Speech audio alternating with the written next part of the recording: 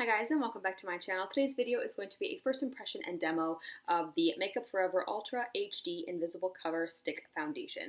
So I have mine in the shade 115 or R230. It does have both of those numbers at the top. They were, I believe, in the process of renumbering their foundations, and so they have put both numbers on both the packaging itself as well as the product itself.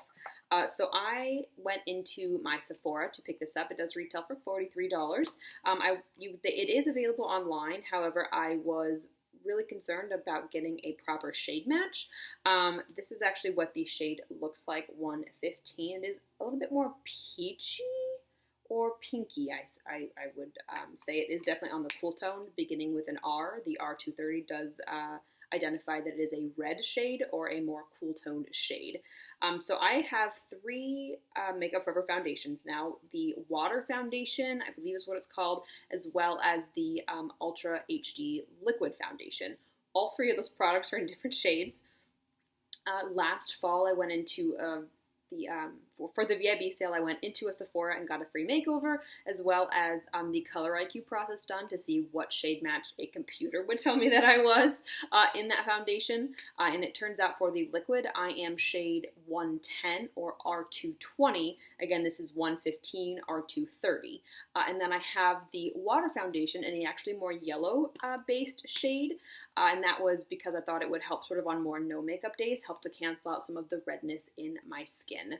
So those are the three Makeup Forever foundations that I have from that brand, and thought that I would give this one a shot now to see my final thoughts. So again, this retails for $43. Did pick mine up in Sephora at not really my local Sephora, but one of the Sephoras in my area, and was really excited to give this a go. So if you guys would like to see a demo of this product, then keep watching. Alright guys, so here we are. We're going to be testing out the Makeup Forever Ultra HD Foundation Stick, and mine is again in the shade 115 or R230. They were in the process of renumbering their foundations, and so I guess they still put both on the packaging, just in case you really remember your old one. So this is what, again, the foundation looks like. I was really afraid that it was going to be way too dark and way too pink tone, but when I actually sort of ran my finger or ran it across the back of my hand, you can see it definitely is lighter on the inside. So let's just go ahead and get started. I do have the Bye Bye Pores on my face right now as my primer with a little bit of the e.l.f. Poreless Primer, the one in the pink tube. I just had like a third of a pump left, so I thought I'd finish it up. But let's go ahead and get started. So I'm just going to do half of my face with a brush, and then if I feel the need to, I'll do the other half with the Beauty Blender just to see which one blends out best. But I'll just go ahead and get started. I am going to apply this directly to my face, avoiding any sort of problem areas, and then I'll just sort of blend the product onto those. So I'll just go ahead and get, oh boy. I'm not sure about this color match. Let's just do half of my face. Right off the bat, I'm not sure how much product to use. But let's just give that sort of a go. And I'm going to try it with the brush on this side, just to blend it out. Actually, this looks like a pretty decent color match blending into my skin. And I was worried because I was color matched once at Sephora, and the Makeup Forever Liquid HD Foundation in 110, R220, I believe. This is 230, so R220 was supposed to be my perfect match foundation-wise, and so this was sort of the next shade up, but actually I think it works out quite nicely with my skin. So I'm not loving it with this type of brush. It might be too fluffy.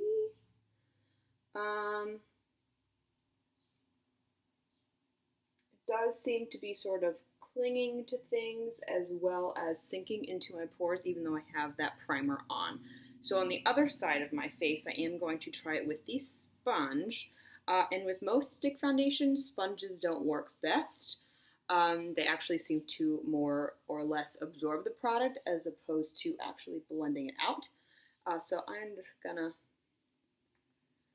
do that, and then we'll try the sponge on this side. Okay, so that does not seem to be blending out much better. Let's see, actually, it definitely has a sheerer coverage with the sponge. Ooh. And let's just bring that down my neck. Okay. Let's see here. So it does sort of give a more dewy appearance to the skin. I am going to add sort of another layer, at least in the center of my face, and blend out, but I'm not sure if how I feel about this one, at least with this primer and these application techniques. Of course, I usually feel that way the first time trying a foundation until I sort of find the perfect primer match and application method. So I am just going to do a little bit more on the center of my face to see how it builds. And I am going to go in with the sponge.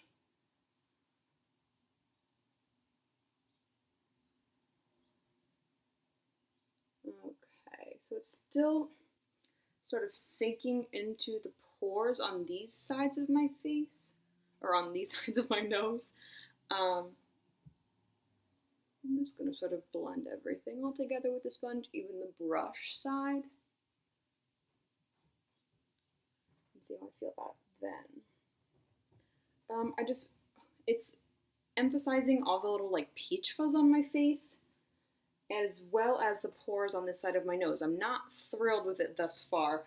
I am going to go finish my makeup, and then I will come back to check in with you guys and give you sort of my first impressions on this foundation, so stay tuned. Alright guys, so you're back and I have my full face of makeup on. Nothing too crazy, but I did want to do something a little bit glowy and a little bit more feminine. We're going out to dinner for my boyfriend's birthday tonight. His birthday is actually tomorrow, but tomorrow we're doing things with his family, so I did want to get a little bit dolled up. So I set the foundation with the Laura Mercier Translucent Setting Powder with a damp sponge in sort of my T-zone and where I was having the issues with my pores on the side of my face. And then I also did I sort of brushed off the excess and did light dusting on my cheeks as well before going in with the rest of my face. So I will say that definitely helped with the pore issue.